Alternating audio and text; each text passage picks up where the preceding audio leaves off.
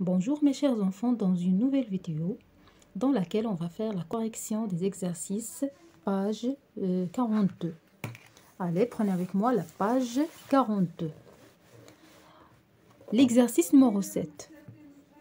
Une association a acheté 143 cartables pour les élèves de l'école Messira. Chaque cartable coûte 54 dirhams. Pour calculer le prix total payé par l'association, Fatima et Amina posent des multiplications. إذا عندنا جمعية اشترت 143 محفظة لكل تلميذ، وكل محفظة ثمنها 54 درهم. مفهوم؟ إذا عندنا فاطمة وأمينة كل واحدة فيهم دارت تقنية ديال جدول الضرب باش نعرفوا الثمن الكلي للمحافظ. إذا فاطمة خدمت بتقنية وأمينة دارت تقنية. صافي. إذا شوفوا معايا التقنية ديال فاطمة. إذا كما كتشوفوا عندنا 143 مضروبة في 54. شنو دارت لينا فاطمة؟ دارت 4 في 3 4. إذا عندنا كما كتعرفوا بأن الأعداد كتكون مكونة من وحدات، عشرات، مئات، آلاف إلى آخره. إذا ضربات 4 في 3، 4 في 40 هي 160، و4 شنو هو العدد اللي يعطينا 400؟ يعني 4 في 100. من بعد إذا 5 هنايا راه في مثابة العشرات، راه 50. إذا 50 في 3، 50 في 40، و50 في 100. إذا جمعت هذوك الجداءات كلهم، درت لهم الجمع. إذا المجموع هو أولا الجداء هو 7722. نشوفوا التقنية اللي دارت أمينة. شنو دارت 143 في 54. هذه خدمت بالتقنيه الاعتياديه للضرب، يعني التقنيه اللي تعلمتوها في الثالث. صافي. اذا دارت 4 مضروبه في 143 ثم 50 في 143. اذا هذه هي التقنيه الاعتياديه للضرب. داكوغ. L'exercice numéro 8, je complète les calculs، يعني أتمم الحساب. عندنا عمليتان ديال الضرب. العملية الأولى 242 multiplié par 34. صافي. D'abord je vais multiplier 242 par 4, puis je vais multiplier 30 par 242. صافي. Bon, 4 fois 2 égale à 8, 4 fois 4 égale à 16. J'écris 6 et je retiens 1. 4 multiplié par 2 c'est 8 plus la retenue c'est 9. صافي. هنايا هاد الصفر هذا اما تكتبوا صفر اولا كنديروا في بلاصتو نقطه. صافي. اما صفر او نقطه اللي بغينا. 3 fois 2 égale à 6, 3 fois 4 égale à 12. J'écris 2 et je retiens 1. 3 fois 2 égale à 6 plus la retenue c'est 7. 8. 6 plus 6 égale à 12. J'écris 2 et je retiens 1.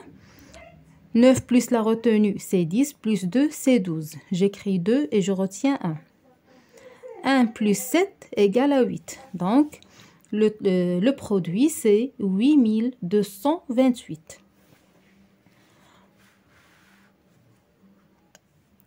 On passe à la deuxième opération. 156 multiplié par 23. 3 multiplié par 6 c'est 18. J'écris 8 et je retiens 1. 3 fois 5 c'est 15 plus la retenue c'est 16. J'écris 6 et je retiens 1. 3 fois 1 c'est 3 plus la retenue c'est 4. J'écris 4. كما قلت لكم قبيله يمكن نكتبوا صفر أو نقطة. 2 fois 6 égale à 12. J'écris 2 et je retiens 1. 2 fois 5 c'est 10, plus la retenue c'est 11. J'écris 1 et je retiens 1.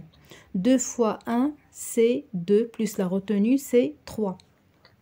Maintenant je vais faire une opération d'addition. 8 plus 0 c'est 8. 6 plus 2 c'est 8. 4 plus 1 c'est 5. 3 plus rien c'est 3. Donc le produit c'est 3588. L'exercice numéro 9. Je pose la multiplication et je calcule. يلا نخدمو عمليات الضرب. أضع وأنجز. Donc on a 64 fois 32. D'accord. 2 fois 4 égale à 8. J'écris 8. 2 fois 6 c'est 12. J'écris 12 كاملة. Non. Je mets un point. 3 fois 4 égale à 12.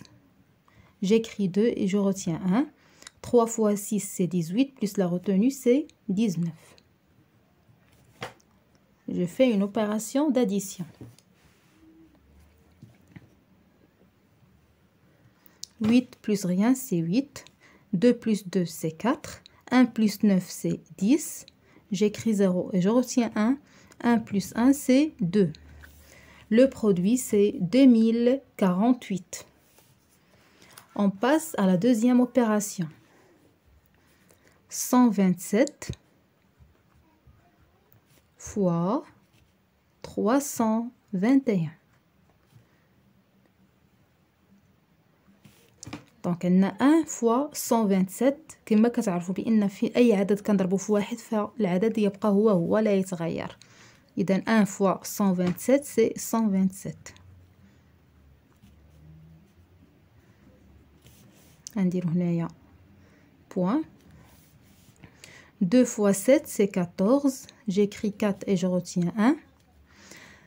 2 fois 2 c'est 4 plus la retenue c'est 5. 2 fois 1 c'est 2. هنايا عندنا 300 يعني عندنا المئات. ديروا 2 points. صافي اولا 2 0. 3 fois 7 c'est 21. J'écris 1 et je retiens 2. 3 fois 2 c'est 6 plus 2 c'est 8. 3 fois 1 c'est 3.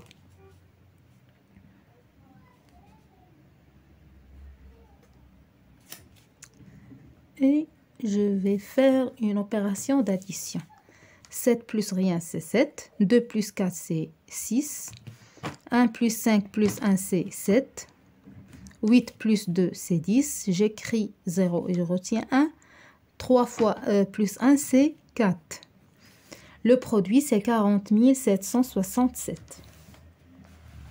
On passe à la dernière opération. 479 multiplié par 405. 5 fois 9 c'est 45. J'écris 4 et je retiens 4. J'écris 5 pardon et je retiens 4. 5 fois 7 c'est 37. 35. 35 plus 4 c'est 39. 5 fois 4 c'est 20. 20 plus 3 c'est 23. هنا عندكم 0. كما كنعرفوا بان اي عدد كتضربوه في 0 تيساوي لينا 0. صافي اذا ما كاينلاش نبقى ندير 0 فوا 9 ايكال 0. نو. ها هي لو بوين ديال هذا. من بعد غادي ننتقل ل 400. يعني غندير هنا 2 بوين. علاش درت 2 بوين؟ حيت عندنا 0. حيت عندنا في لو شيفر دي ديزين 0. اذا غادي ننتقلوا نيشان لو شيفر دي سونتين. 4 fois 9 c'est 36. J'écris 6 et je retiens 3. 4 fois 7 c'est 28. 28 plus 3 c'est 31. J'écris 1 et je retiens 3. 4 fois 4 c'est 16. 16 plus 3 c'est 19. Et je fais les calculs. 5 plus rien c'est 5. 9 plus rien c'est 9. 6 plus 3 c'est 9.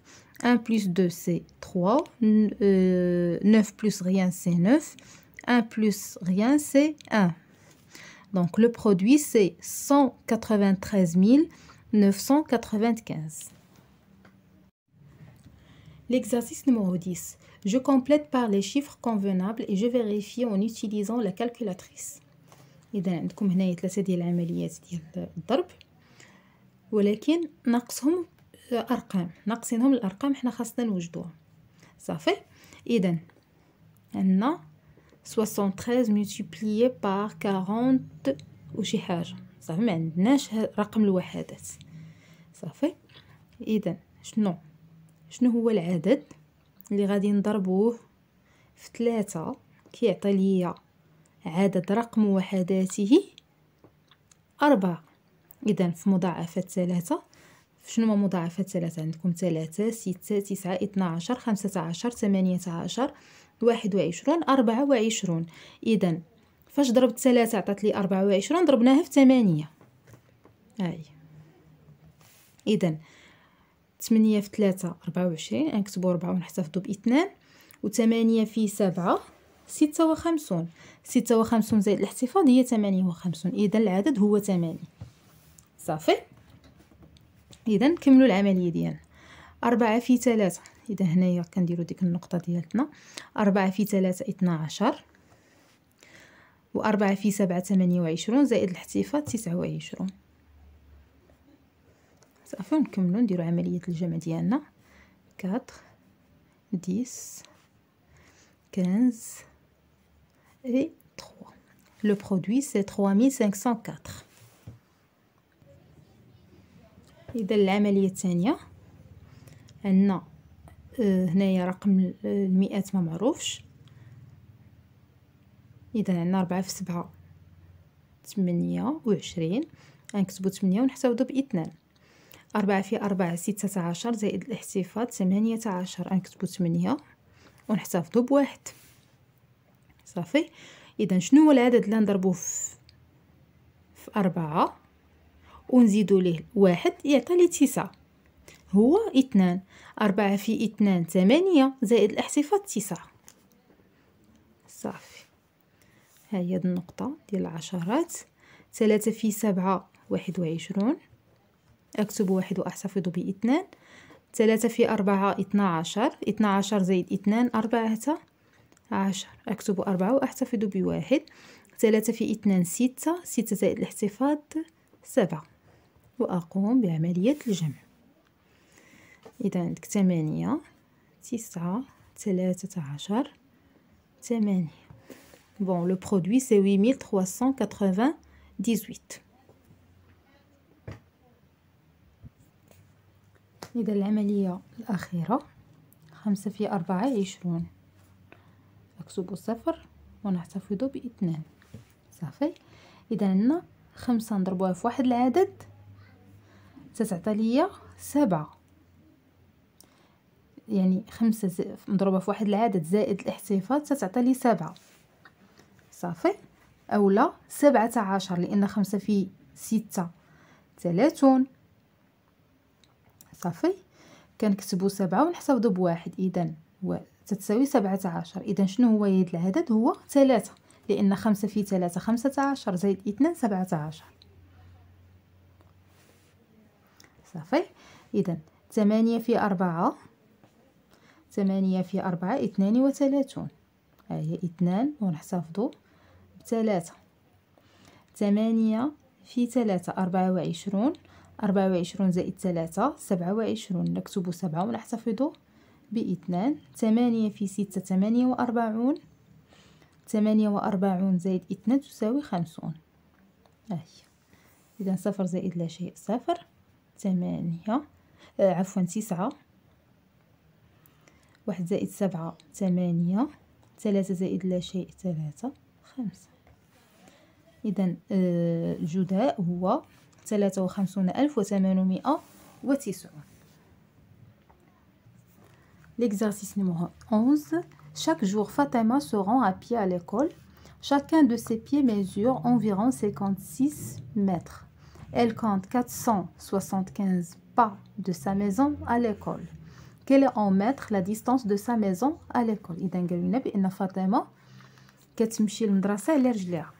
صافي. وكل قدم في رجليها الطول ديالو 56 سنتيمتر. إذا فاش كتمشي للمدرسة شحال كتحسب 475 قدم أولا خطوة. اذا قلنا كيل اون متر لا ديستانس دو سا ميزون ا ليكول. اذا غادي نحسبوا المسافه التي تقطعها فاطمه من المنزل الى المدرسه. اذا سوف نقوم بعمليه الضرب. صافي، عندنا 475 مضروبه في 56. 6 في 5 30، نكتب صفر ونحتفظ ب3. 6 في 7 42، 42 زائد 3 45. 6 في 4 24 زائد 4 28. صافي، ونوضعوا النقطة. 5 في 5 25. 5 في 7 35 زائد 2 37. 5 في 4 20 زائد 3 23. 0 10. 8 زائد 8 16. 5 6 2. اذا هاد المسافه اللي لقينا دابايا هادي بالسنتيمتر. اذا هاد العدد هذا اللي لقينا غادي نحولوه للمتر. صافي، اذا هاد العدد اللي لقينا هنا غادي نحولوه للمتر. اذا غادي نرسم الجدول وغادي نديرو التحويل. اذا بالنسبه للتلاميذ اللي حافظين الجدول كاين شي تلاميذ ما يحتاجوش يرسموا الجدول، حيت تبارك الله نسب الذكاء التلاميذ متفاوته. كاين اللي غادي يحتاج يخدم بالجدول، كاين اللي ما يحتاجش. اذا شنو قلنا حنايا؟ كنعرفوا بان رقم الوحدات هو اللي كنوضعوه في الجدول. اذا صفر، هاد صفر هادي هي اللي توضع في السنتيمتر. اش كنقول؟ هادي صفر ديال السنتيمتر وهادي صفر ديال الديسيمتر. اذا هادي السنتيمتر وهادي ديال الديسيمتر. اذا ها اللي بقى ليا ديال المتر هي 266 متر. اذا نشوفوا بالنسبه للتلاميذ اللي يخدموا بالجدول. ها هي الصفر، نوضع هنا 6، هنا 26. اذا شنو قلنا؟ نحولوها للمتر، نديرو هنايا فاصله هي 266 متر. اذا لا ديستانس دو لا ميزون ا ليكول اون متر سي، غادي نكتب بعدا كاينه العمليه افقيا 475 multiplié par 56 égale à 26600 سنتيمتر.